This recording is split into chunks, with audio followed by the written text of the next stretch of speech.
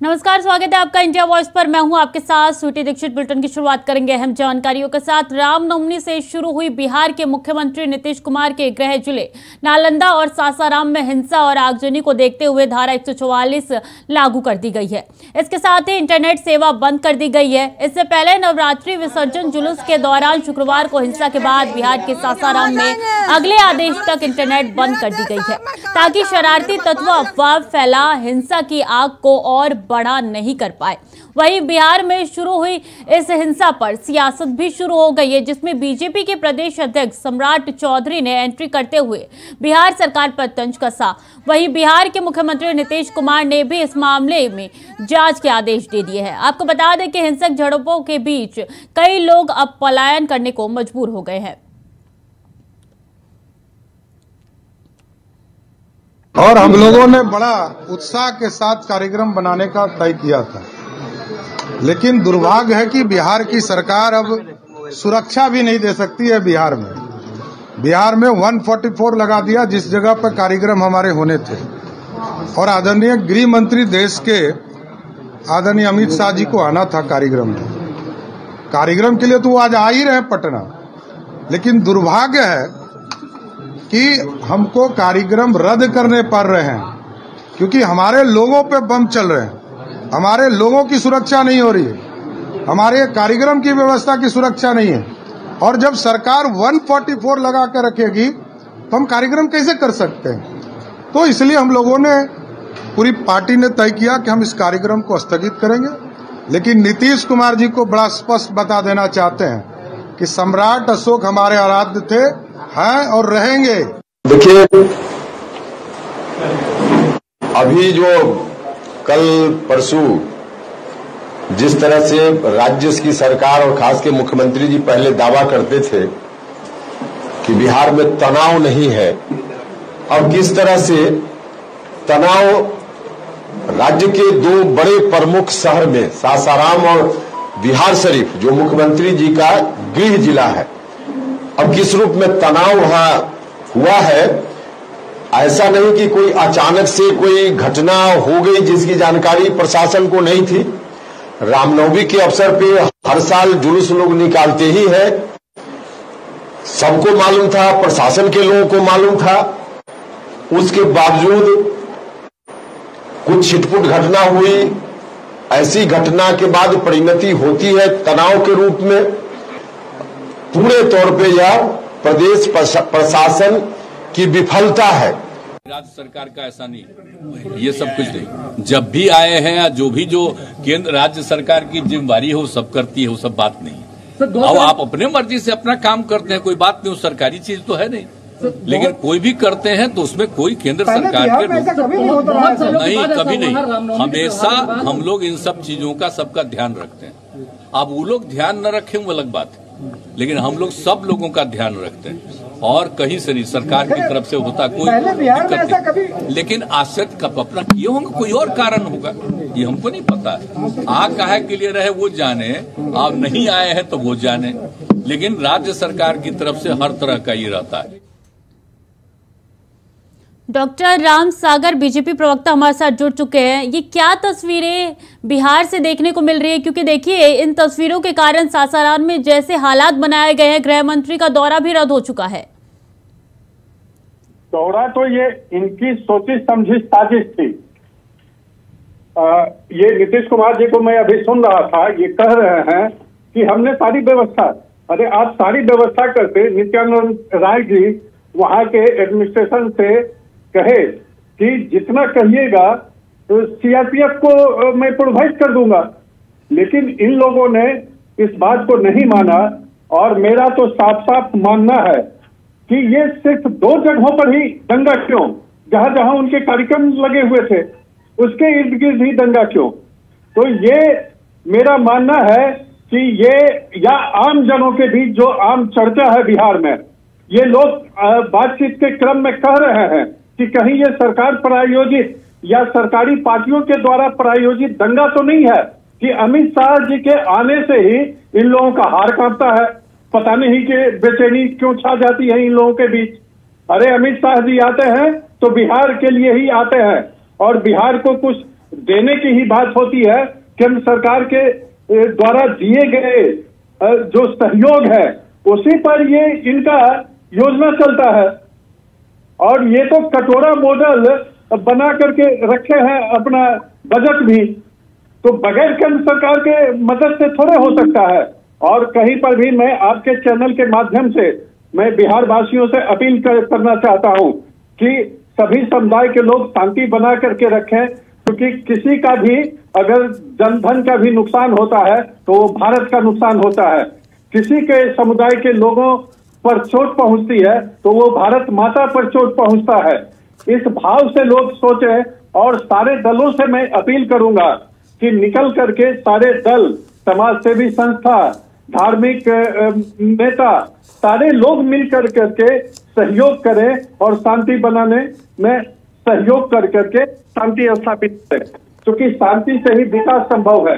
ऐसे ही बिहार को इन लोगों की अदूरदृष्टिता ने और भ्रष्टाचार ने बिहार को पछाड़ दिया है। अगर इस तरह की घटनाएं होती रहेगी तो बिहार को और नुकसान होगा। इसलिए सारे लोगों से अपील करूंगा कि ऐसी वारदातों को होने नहीं दें। अगर हो गई है तो सब मिलजुल करके जल्दी से जल्दी इसको खत्म करवाने का काम करें।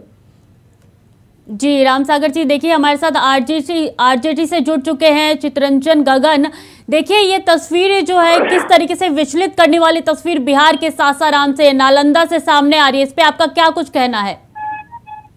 नहीं स्वीटी जी, यह तस्वीर पहले की है। अभी स्थिति दोनों जगह नियंत्रण में है और सामान्य स्थिति बनने की प्रक्रिया में स्थिति बढ़ रही है और हम समझते हैं कि काफी जल्द वहां दोनों जगह स्थिति सामान्य हो जाएगी। लेकिन देखिए बीजेपी की तरफ से लगातार आरोप लगाया जा रहा है कि किस दौरान सासाराम में गृह मंत्री अमित शाह का दौरा था, ये दौरा जानबूझ के आपकी तरफ से रद्द करवाया गया है। नहीं देखिए, अमित शाह के आने से और न आने से कोई फर्क नहीं पड़ने वाला है। भारत सरकार के गृह मंत्री हैं, हिंदुस्तान में कहीं भी जा सकते हैं, लेकिन उनके आने से या न आने से कोई फर्क यहाँ पर नहीं पड़ने वाला है। ठीक है, हमारे साथ राम सागर भी जुड़े हैं, उनसे आपकी बातों का जवाब ले लेते हैं। इनका साफ तौर पे कह रहा है चितरंजन जी का कि अमित शाह के आने या ना आने से हमें कोई फर्क नहीं पड़ने वाला है। तो फिर इन लोगों के अंदर बेचैनी क्यों छा जाती है? तरह तरह का इनके नेता बयान क्यों देना शुरू कर देते हैं? इनके विधायकों का बयान जब देखेंगी तो अजीब लगेगा। और आप देखेंगी, मुझे तो कभी कभी लगता है ये आरोप लगाते हैं आरएसएस पर। अरे आरएसएस तो हिंदुस्तान में जो पहला बार जो बंटवारा हुआ हिंदुस्तान में, तो लाश के नींव पर बंटवारा नेहरू जी ने करवा करके सत्ता सुख भोगा था और वहां 10 लाख लोग पाकिस्तान में मारे गए थे। और जो भी हिंदुस्तान में आए थे हिंदू, उसकी व्यवस्था शिविर में नहीं सरकार से हो रही थी। तो नेहरू जी ने उस समय के जो संघ प्रमुख थे उनसे जाकर के निवेदन किए कि आप इस व्यवस्था को अपने हाथ में लीजिए, संभालिए। और संघ के लोगों ने जाकर के व्यवस्था संभाला, शिविर में जाकर के खाना पहुंचाया और व्यवस्था को दुरुस्त किया। तो मुझे तो कभी कभी ये लगता है तो कि कहीं ये साजिश तो नहीं था। आरएसएस से ये काम भी लेते हैं और आरएसएस को बदनाम भी करते हैं। चितरंजन गगन जी, देखिए साफ तौर पे नजर आ रही किस तरीके से तस्वीरों में आगजनी हुई। ये पहली बार ये तस्वीर सामने निकल के नहीं है। बीजेपी की तरफ से कहना है कि आपसे बिहार संभल नहीं रहा है। स्वीटी जी, अभी राम सागर बाबू का पहले भी हम बात सुने, अब निवेदन कर रहे थे लोगों से शांति बनाने का, सौहार्दपूर्ण वातावरण में रहने के लिए सब निवेदन भी कर रहे थे। और अभी जो इनका भाषण जो आप माने सुन रहे थे, अब इसी समझ सकते हैं कि हिंदुस्तान पाकिस्तान हिंदू मुस्लिम एक विधायक का ही नालंदा जिला से ही आपके विधायक आते हैं, उनके बयान के जवाब में हमने ये कहा, ये राज उनका आरोप का जवाब हमने दिया था। अब राम सागर बाबू बोल रहे थे तो मैं नहीं बोल रहा था। बोले जाए चितरंजन बाबू विद्वान आदमी है। राम सागर बाबू को बर्दाश्त नहीं हो रहा है। जब हम बोल रहे थे तो राम सागर बाबू नहीं, आप अपनी बात रखिए चितरंजन जी, बात रखिए आप अपनी। तो राम सागर कह रहे हैं कि जैसे जब आप हमसे स्वीटी जी पूछिएगा कि अमित शाह जी आ रहे हैं तो पूछेगा तो हम जवाब देवे ना करेंगे। और जब उनका कोई यहाँ प्रभाव पड़ने वाला नहीं है, अमित शाह जी आवे या नरेंद्र मोदी जी आवे, अब उसको राम सागर बाबू कहे कि हाँ साहब लोग बयान क्या दे रहे हैं, अरे भाई कोई पूछेगा तब जवाब देवे ना करेंगे कि किसी के आने से कोई फर्क बिहार में नहीं पड़ने वाला है। और ये लोग लाख कोशिश करेगा, लेकिन बिहार का जो सोच है, समाजवादी सोच और लोकतंत्र के प्रति जो बिहार की एक अपनी पहचान रही है, इसलिए वो अमित शाह जी के आने से या किसी के आने से कोई फर्क नहीं पड़ने वाला है। ये लोग की बेचैनी है कि यहाँ साहब सरकार चली गई और महागठबंधन जो बना, तो अब इन लोगों को बेचैनी है कि अगले 2024 में होने वाले चुनाव में इन लोगों का सफाया होने वाला है। उसी बेचैनी में और उसी छटपटाहट में बार बार अमित शाह जी का दौरा हो रहा है और प्रयास लगा रहे हैं कि किसी ढंग से कुछ प्रतिष्ठा बच जाए, लेकिन उससे कुछ फर्क पड़ने वाला नहीं है।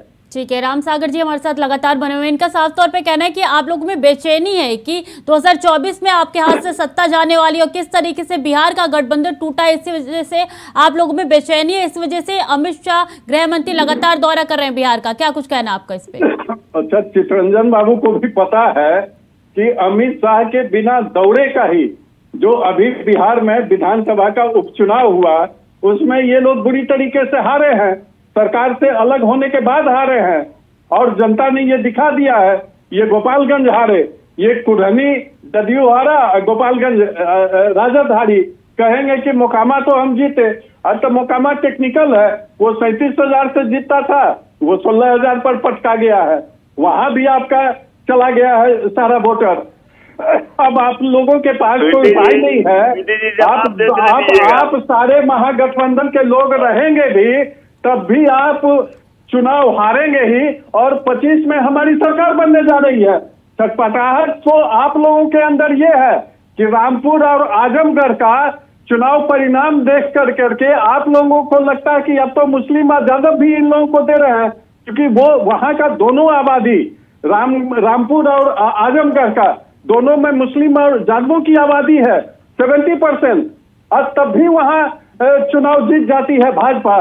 तो अब तो सारे भारत में सब, चूंकि मेरा नीति है सबका साथ, सबका विकास, सबका विश्वास और सबका प्रयास, इस नीति के साथ चल रहे हैं।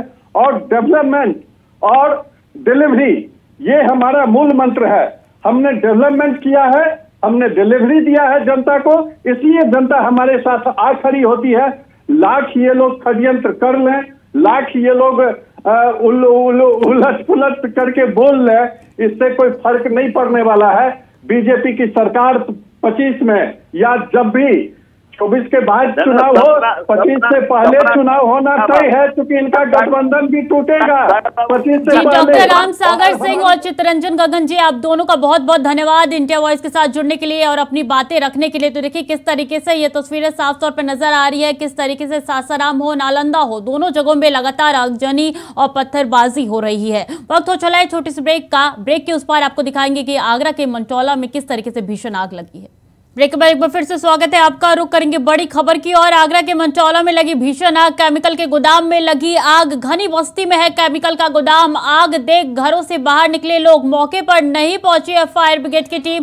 पुलिस ने फायर ब्रिगेड को दी है सूचना। तो ये आग की लपटें किस तरीके से उठ रही हैं, साफ तौर पर नजर आ रहा है किस तरीके से धुएं का गुब्बार जो है उगता हुआ नजर आ रहा है। कितनी भयंकर ये आग लगी है, आगरा के मंटौला में ये भीषण आग लगी है और केमिकल के गोदाम में ये आग लगी है। बता दें मौके पर दमकल विभाग की गाड़ियां नहीं पहुंची है, पुलिस ने फायर ब्रिगेड की टीम को सूचना दी है। तो आग को देखते ही घरों से बाहर निकले हैं लोग। आपको बता दें कि आगरा की ये जानकारी, आगरा की ये खबर जो है आपके साथ साझा करें, किस तरीके से भीषण आग लगी है यहाँ पे और आग की लपटें कितनी ऊपर तक जा रही है, साफ तौर पर इन तस्वीरों के माध्यम से नजर आ रहा है। गुब्बार कितना धुओं का बना हुआ है और दमकल विभाग की गाड़ी मौके पर नहीं पहुंची है। बता दें कि पुलिस ने दमकल विभाग की गाड़ी को सूचना दे दी है, लेकिन ये आग की लपटें जो है साफ तौर पे किस तरीके से बता रही है कितनी भीषण आग जो है ये लगी हुई है और घरों से लोग बाहर निकल रहे हैं। तो ये एक्सक्लूसिव तस्वीर हम आपके साथ साझा करें इंडिया वॉइस पे। आगरा से ज्यादा जानकारी के साथ संवाददाता मयंक त्यागी जुड़ चुके हैं। मयंक, अगर बात की जाए तो यह आग कब लगी थी, अब तक दमकल विभाग की गाड़ी क्यों नहीं पहुंची है मौके पर? देखिए, फिलहाल बता दें कि आगरा में ये आग की लपटें कहीं ना कहीं प्रयागराज की उस केमिकल घटना को भी याद दिलाती है, जहां पर कई बड़ा हादसा जो सामने आया था। आपको बता दें कि आगरा में सूज का बड़ा व्यापार है। केमिकल फैक्ट्री के अलावा जो सोल होता है उसकी केमिकल के लिए इसको यूज किया जाता है। उसी फैक्ट्री में ये आग लगी है, जिसमें आपको बता दें कि आग लगने का जो प्रत्यक्षदर्शी जो बता रहे हैं वो लगभग करीब 10:30 बजे के बाद इससे हल्का हल्का धुआं उठ रहा था। उसके बाद कई बार आसपास के लोगों ने सूचना दी फायर ब्रिगेड को, लेकर फायर ब्रिगेड मौके पर नहीं पहुंची। उसके बाद पुलिस को मौके पर सूचना दी गई, क्योंकि थाना मंटोला बिल्कुल नजदीक है इस पूरे नंदलाल जो इलाका है उसके पास जहां ये आग लगी है। लेकिन सबसे बड़ा ये सवाल है कि इसमें करीबन 4 लोग फंसे हुए थे। एक कर्मचारी जो है झुलस गया और रियासी इलाके में इस फैक्ट्री को जो संचालन किया जा रहा था वो कई समय से किया जा रहा था, लेकिन फायर ब्रिगेड की ये लापरवाही तो कहीं ना कहीं देखी जा रही है। साथ साथ में जो एक प्रोसेस है कि किसी फैक्ट्री को संचालित करने के लिए एनओसी दी जाती है और सकरे रास्ते में इस फैक्ट्री का जो संचालन किया जा रहा था वो बड़े कहते कहीं ना कहीं नियमों को ताक पर रख के किया जा रहा था।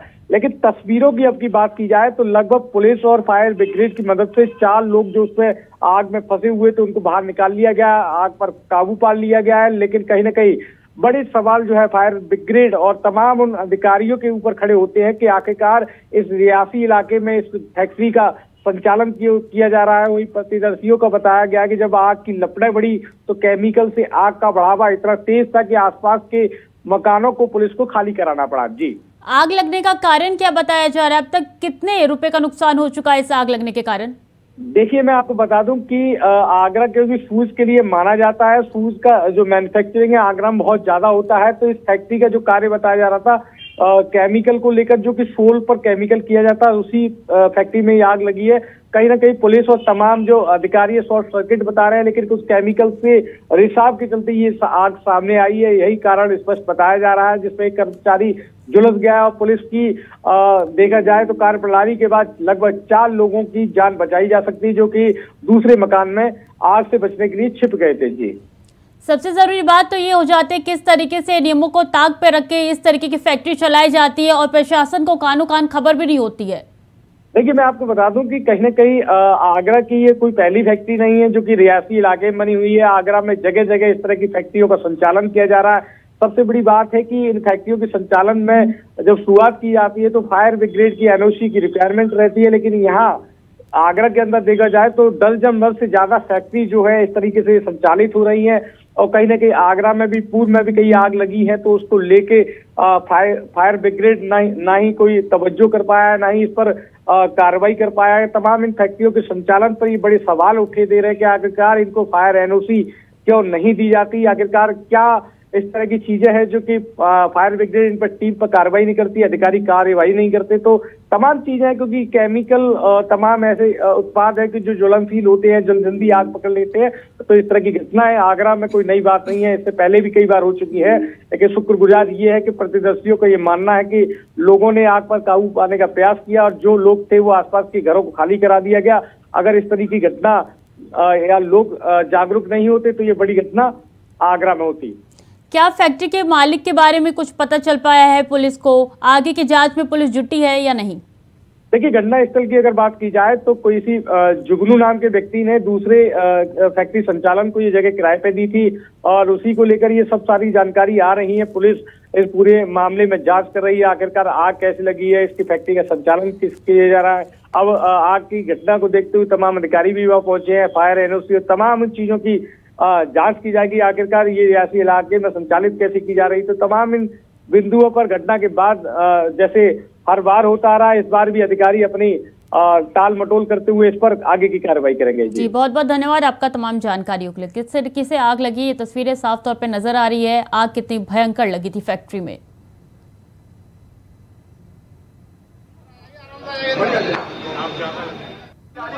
रोड पे ज्यादा दूर नहीं है, बड़ी गाड़ी में पाइप लगा के आ जाएगी। अरे गाड़ी अंदर आई बड़ी आई बता दो, बड़ी पहले फटाफट बड़ी गाड़ी अंदर आएगी, आराम से आएगी। और जमशेदपुर जिला के पोटका के हल्दी पोखर में सभी दुकानें बंद हो गई है। लोग सीओ इम्तियाज अहमद को हटाने की मांग कर रहे हैं। आपको बता दें कि रामनवमी के जुलूस में पत्थरबाजी करने वाले लोगों पर कार्रवाई की मांग और सीओ को जल्द से जल्द हटाने की मांग की जा रही है। वहीं बीजेपी के पूर्व विधायक मेनका सरदार ने कहा है कि जिन लोगों ने पत्थरबाजी की है उन पर तत्काल कार्रवाई की जाए, साथ ही सीओ को भी हटाया जाए।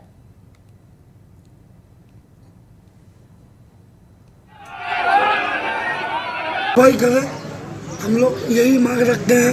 अगर कार्रवाई नहीं होती है तो हम लोग ये क्षेत्र के जो भी आंकड़ा है सभी आंकड़ा हम लोग बेहतर करेंगे और हम लोग आगे का विचार करेंगे और आगे का जो विचार होगा हम लोग उसको विचार को फिर प्रशासन के पास हम लोग रखेंगे। कार्रवाई करें, हम लोग यही मांग रखते हैं। अगर कार्रवाई नहीं होती है तो हम लोग ये क्षेत्र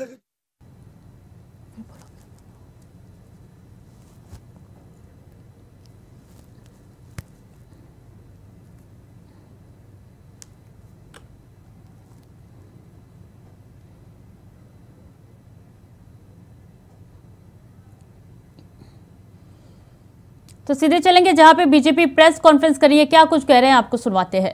लेकिन देखिए किस तरीके से सीएम केजरीवाल ने प्रधानमंत्री की डिग्री पे कई सवाल खड़े किए हैं।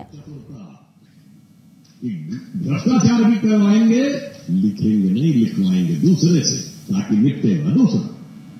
इसीलिए मैं कह रहा हूं उनकी पढ़ाई लिखाई में बहुत सारी चीजें आपस में गुथी हुई है कि जो कभी लिखे नहीं सिर्फ पढ़े की बात करे। इसीलिए तरह तरह के स्वांग रचना, और ये तो ऐसे व्यक्ति हैं जिन्होंने अपने गुरु अन्ना जी के बारे में कह दिया तो उन्हें बदलाया गया।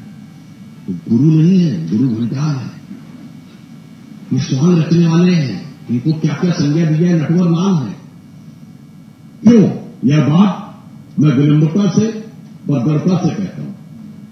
कौन भूल सकता है कि वो पार्टी है जिसमें खड़े होकर राजनीति में आने से पहले कहा था सारी संसद चोर है।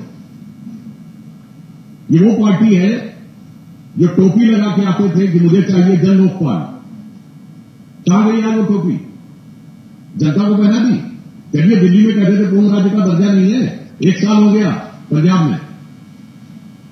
कहां है आपका वो जन लोकपाल? ये वो पार्टी है जिन्होंने गठन के अंदर सबसे जल्दी, वो पार्टी है जिन्होंने कसम खाई थी।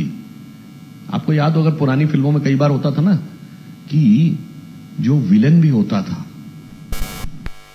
कोई झूठ बोल रहा होता था तो उसके परिवार वाले अगर कहें कि फलां की कसम खाओ तो वो चुप हो जाता था। याद है ना आपको? मगर यहां तो कसम खा ली, पलट गए। वो वैगनार हरी बत्ती वाली नहीं दिखती। मैं बंगला नहीं लूंगा, ले लिया। मैं सिक्योरिटी नहीं लूंगा, ले लिया। मैं विनम्रता से पूछना चाहता हूं, एक बिंदु बताइए जिसके ऊपर इन्होंने अपना स्टैंड कायम रखा हो। इसलिए हम लोगों इनके लिए इस प्रकार की बात कहते हैं कि ये बहुत ही बड़े स्वांग रचने वाले व्यक्तियों में से एक है। अब मैं एक बात करना चाहता हूं, एजुकेशन और पढ़ाई लिखाई की बात करते हैं। ये वही व्यक्ति है ना, तो आईआईटी ग्रेजुएट हैं। याद करिए जब देश में कोविड की सेकेंड लहर चरम पे थी, क्या बोले थे कि वैक्सीन सारी कंपनियों को क्यों नहीं दे देते, सब बना लें, वैक्सीन का फॉर्मूला दे दे, बोले थे कि नहीं? अरे मान्यवर, आप आईआईटी के पढ़े हुए हैं, वैक्सीन का फॉर्मूला कोई चूरन है जो सब बना लेंगे? सब बनाने के अधिकृत हैं।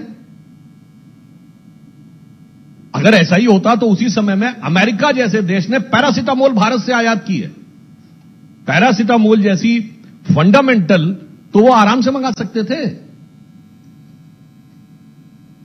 ये होता है बरगलाना।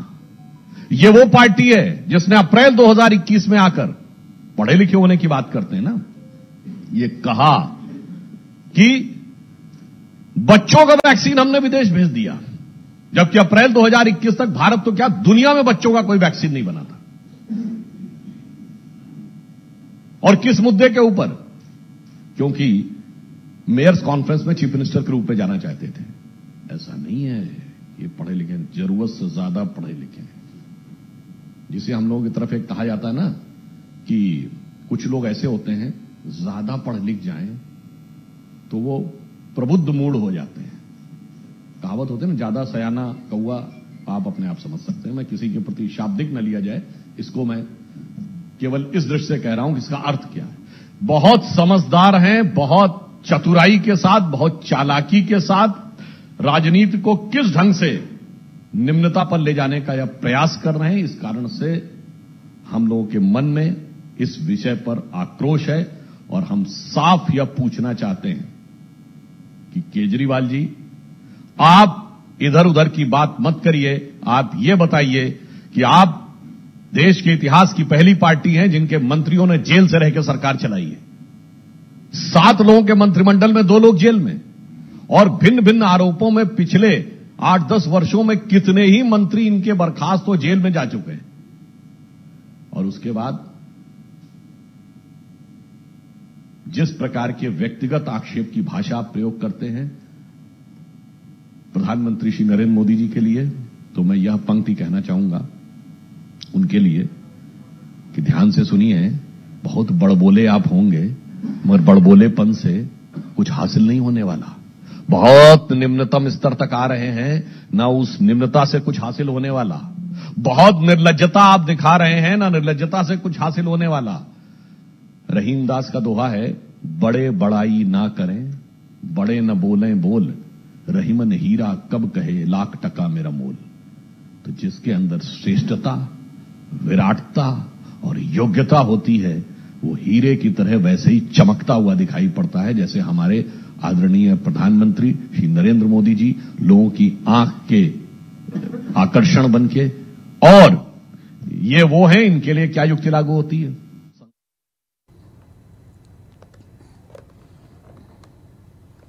तो दिल्ली के सीएम अरविंद केजरीवाल की प्रेस कॉन्फ्रेंस का जवाब बीजेपी ने प्रेस कॉन्फ्रेंस करके दिया। उन्होंने सवाल उठाए थे कि प्रधानमंत्री नरेंद्र मोदी की डिग्री कहाँ है अगर वो पढ़े लिखे हैं। तो बीजेपी ने कहा कि हमारे अंदर काफी आक्रोश बढ़ा हुआ है, आपने पढ़ लिख कर क्या कर लिया।